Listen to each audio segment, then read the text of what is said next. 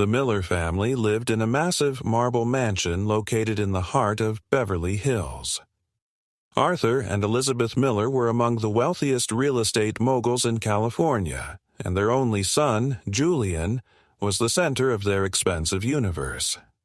From the day he was born, Julian was surrounded by every luxury imaginable, from handcrafted Italian furniture in his nursery to a personal fleet of high-end sports cars waiting for him the moment he turned 16. His parents believed that by providing him with everything, they were securing his future. They enrolled him in the prestigious Oakwood Preparatory Academy, where the annual tuition surpassed the average person's yearly salary. Julian was undeniably gifted, possessing a sharp mind that could master complex subjects with ease. By the age of 17, he was fluent in 5 languages, including Mandarin and Arabic, and his academic scores were consistently at the top of his class. However, his intellectual brilliance was overshadowed by a toxic sense of entitlement. He was notoriously disobedient, treating his world-class instructors with blatant disrespect and ignoring every rule set by the school administration. While his peers spent their afternoons studying, Julian chose to spend his time pursuing whatever fleeting whim entered his mind, completely disregarding his parents' wishes for him to join the family business. As he transitioned into his senior year of high school, Julian became entirely uncontrollable. He drifted away from the academic elite and began associating with a group of reckless thrill-seekers. His life became a blur of illegal street racing and wild, destructive parties in 5-star hotel suites. On several occasions, Arthur had to use his significant influence and deep pockets to bail Julian out of local police stations after late-night disturbances. Each time, Arthur would deliver a stern warning, telling his son that the fountain of wealth would eventually run dry if he didn't change his ways. Julian, however, would only smirk, convinced his father was bluffing and would never actually cut him off from the family fortune. The breaking point arrived on a rainy Tuesday evening in downtown Los Angeles. Julian and his friends decided to break into a high-end car dealership just to take photos and joyride in vehicles that hadn't been released to the public yet. They were caught by private security within minutes, and Julian found himself behind bars once again. When Arthur arrived at the precinct this time, there was no lecture, only a cold, terrifying silence. He signed the final paperwork, walked Julian to the sleek black SUV waiting outside, and drove toward their mansion in total stillness. Once they stepped into the grand foyer, Arthur turned to his son with a look of absolute resolve. He calmly informed Julian that this was the very last time he would ever intervene. Arthur declared that the endless stream of money, the gold credit cards, and the keys to the silver Porsche were being revoked immediately.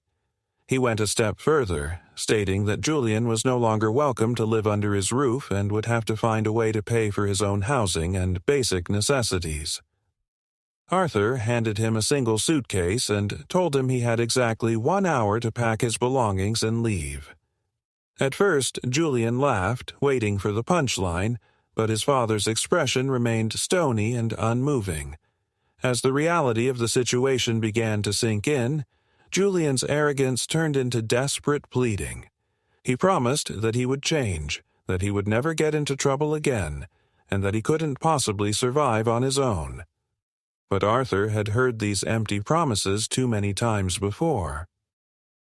When Julian realized his father could not be moved, his desperation flared into a bitter, prideful rage. He grabbed the suitcase, looked his father in the eye, and shouted that he didn't need their blood money anyway. He claimed he was talented enough to build a better life than theirs without any help, and he slammed the heavy oak doors behind him. The harsh reality hit Julian faster than he ever expected. He immediately reached out to the friends who had been by his side during his wildest nights, certain they would offer him a place to stay. To his shock, every single one of them made an excuse or simply stopped answering his calls. Without his expensive cars and his ability to foot the bill for their entertainment, Julian was suddenly invisible to the people he thought were his brothers. He spent his first 2 nights sleeping in a cheap, grimy motel, watching his meager cash reserves dwindle to nothing. Driven by a mix of hunger and a burning desire to prove his father wrong, Julian landed a job as a server at the Gilded Lily, a high-status restaurant in the city. He lied during his interview, claiming he had extensive experience in hospitality because he had spent his entire life dining in such establishments. However, the work was grueling and far more complex than he imagined. During his first few shifts, Julian was lazy and arrogant, treating the job as a temporary inconvenience. He missed orders, spoke back to the head chef, and moved with a sluggishness that infuriated the floor manager. The manager eventually pulled him aside and gave him a final ultimatum. Either he started working with genuine effort, or he would be fired before the end of the week. This was a wake-up call for Julian. For the first time in his life, he felt the true weight of survival. He began to regret his past behavior toward his parents, but his pride prevented him from crawling back home in defeat. He decided to commit himself to the work, staying late to learn the menu and perfecting his service technique. During his 3rd week at the restaurant, Julian formed an unlikely bond with another server named Elias. Unlike Julian's former friends, Elias was hardworking, honest, and didn't care about Julian's wealthy background. When Elias learned that Julian was struggling to pay for his motel room, he offered a solution. The two of them decided to rent a small, cramped apartment together in a less glamorous part of the city. For the next several weeks, Julian lived a life of strict discipline, waking up early, working long double shifts, and learning the true value of every dollar he earned. He was exhausted, but for the first time, he was beginning to understand what it meant to stand on his own 2 feet. As the weeks turned into a month, Julian found himself surprisingly adapted to the rhythmic chaos of the Gilded Lily. The initial sting of manual labor had faded, replaced by growing fascination with the intricate machinery of the restaurant industry. He spent his breaks near the swinging kitchen doors, watching the executive chefs orchestrate the line with surgical precision. He began to analyze the supply chain, the profit margins on vintage wines, and the subtle psychology used by the floor managers to handle difficult guests. The world of high-end hospitality was no longer just a place where he spent money. It was a living puzzle he was starting to solve. Despite his newfound enthusiasm, Julian viewed this entire ordeal as a temporary performance. Deep down, he assumed his parents were suffering in his absence and would eventually come to him, begging for his return. He planned to accept their apology, return to his life of luxury, and leave this gritty experiment behind as a clever anecdote for his future. Back at the Miller mansion, Elizabeth paced the length of the marble library, her face etched with maternal anxiety. She argued that Julian had been gone long enough and that the lesson had surely been learned, fearing that the harshness of the real world would break his spirit. Arthur, however, remained unmoved, staring out the window at the sprawling city below. He insisted that Julian needed to feel the weight of $1 and the exhaustion of a full day's work to truly grow into a man. Arthur admitted he didn't expect Julian to last a single month, but he secretly hoped his son would prove him wrong. He told Elizabeth that if Julian truly collapsed under the pressure, their doors would always be open. But for now, the silence was necessary for his evolution. He wanted Julian to find a sense of self-respect that only comes from earning one's own way. The atmosphere at the restaurant shifted into high gear one Friday evening when a VIP reservation appeared on the books. The manager approached Julian, emphasizing that the guests were high-net-worth individuals who demanded absolute perfection. Julian was assigned to the corner booth in the private alcove, a spot reserved only for the most influential clientele. Two middle-aged men arrived early, dressed in impeccable tailored suits and carrying an air of quiet, cold authority. They were investors from Shanghai, and as they sat down, they immediately began a focused, intense conversation. They spoke in rapid Mandarin, their voices low but clear enough for Julian to hear as he stood at a respectful distance, ready to refill their crystal water glasses. They completely ignored Julian's presence, treating him as nothing more than a functional piece of the room's furniture. They didn't realize that the young man in the white apron was fluently absorbing every word of their scheme. They laughed quietly as they discussed a sophisticated real estate fraud involving a series of shell companies and forged environmental impact reports. They spoke about how they had already drained millions from several American investors and were about to close their biggest deal yet. Their plan was to sell a massive, contaminated industrial site disguised as a prime luxury development plot, disappearing back to China with the wire transfer before the ground was ever broken. They joked about the arrogant American mogul, who was about to walk right into their trap, confident that their linguistic barrier was their ultimate shield. Julian's heart began to race as the details of the scam unfolded. He realized the scale of the betrayal these men were planning, but he remained professional, his face a mask of disciplined indifference. He told himself it wasn't his business and that he should just focus on his shift. However, the energy in the room shifted when the restaurant's heavy glass doors swung open once again. A tall, familiar figure moved through the dining room with the stride of a man used to being in command. Julian's breath hitched in his throat as the newcomer approached the VIP booth. It was Arthur Miller. The air in the alcove seemed to thin as Arthur reached the table. He glanced at Julian, and for a split second, a flicker of surprise and pride crossed his eyes, but he quickly suppressed it, maintaining the facade of a stranger. Arthur sat down with the two men, greeting them with a firm handshake and a polite smile, completely unaware that he was the arrogant mogul they had been mocking just minutes prior. Julian stood frozen, the weight of the secret he held pressing down on him. He knew that if his father signed the documents prepared in that leather briefcase, the Miller empire would face a catastrophic financial blow. He had to act, but he couldn't speak openly without alerting the fraudsters and ruining the deal's legal leverage. Julian stepped forward, his hands trembling slightly as he picked up the heavy crystal carafe.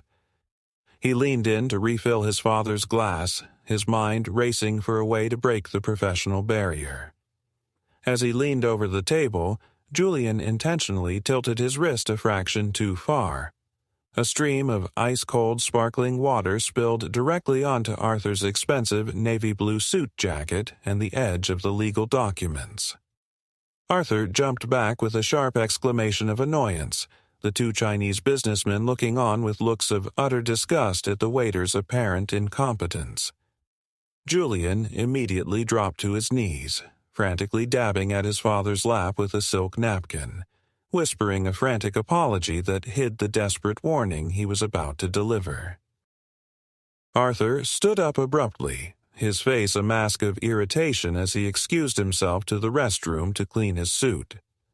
Julian immediately signaled to his manager that he was assisting the guest and followed his father into the quiet, marble-lined corridor. Once the door swung shut, the air between them shifted. Arthur turned to reprimand his son, but Julian stepped forward, his voice low, steady, and urgent. Speaking in rapid English, Julian revealed everything he had just overheard in Mandarin. He detailed the shell companies, the forged environmental reports, and the specific plan to dump a toxic industrial site onto the Miller Group's portfolio. Arthur's initial disbelief was visible. He stared at Julian as if seeing a stranger.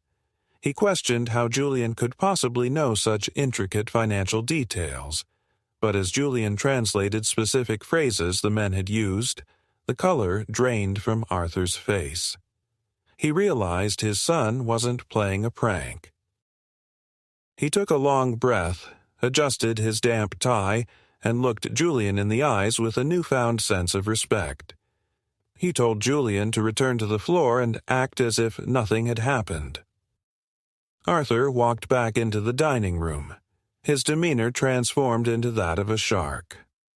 Back at the table, Arthur began asking pointed, surgical questions about the land's previous usage and the specific banking routes for the wire transfers. The two Chinese businessmen shifted uncomfortably, their confident smiles faltering as they struggled to provide coherent answers.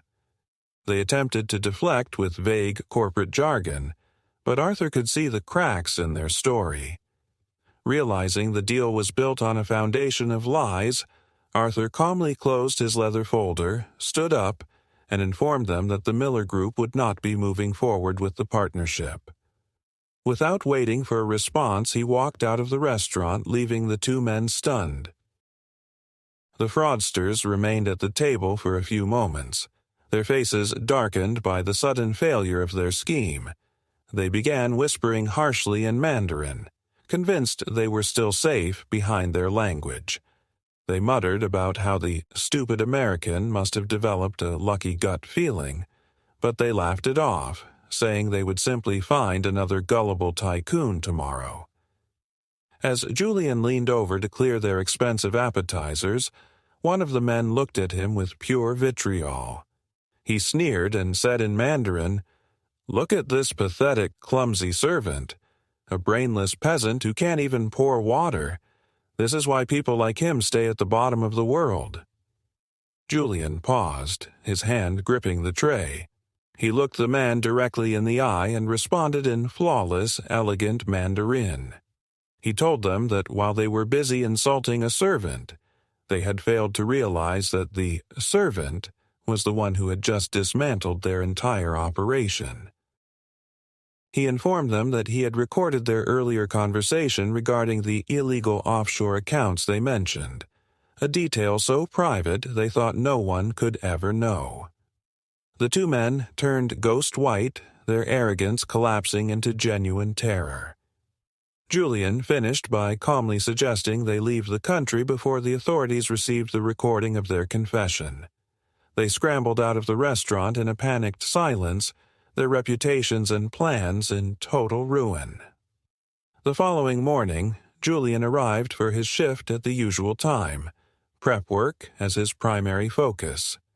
The restaurant manager approached him with an unusual level of nervous energy, announcing that a VIP client of the highest importance had requested a private lunch. The staff was ordered to ensure every detail was immaculate, as this individual was a major benefactor of the city's elite establishments. When the guest finally arrived, the entire staff stood at attention. Arthur Miller walked in, looking more relaxed than he had in years. He walked straight past the manager and headed toward the section where Julian was standing.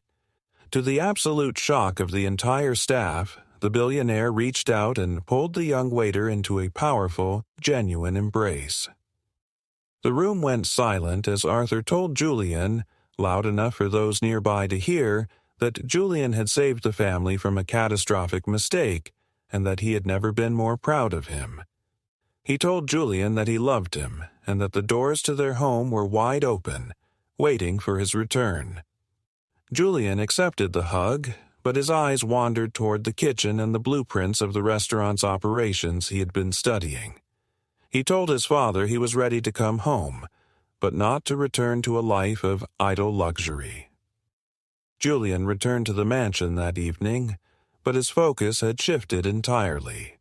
He had discovered a genuine passion for the culinary world and the complex business of hospitality.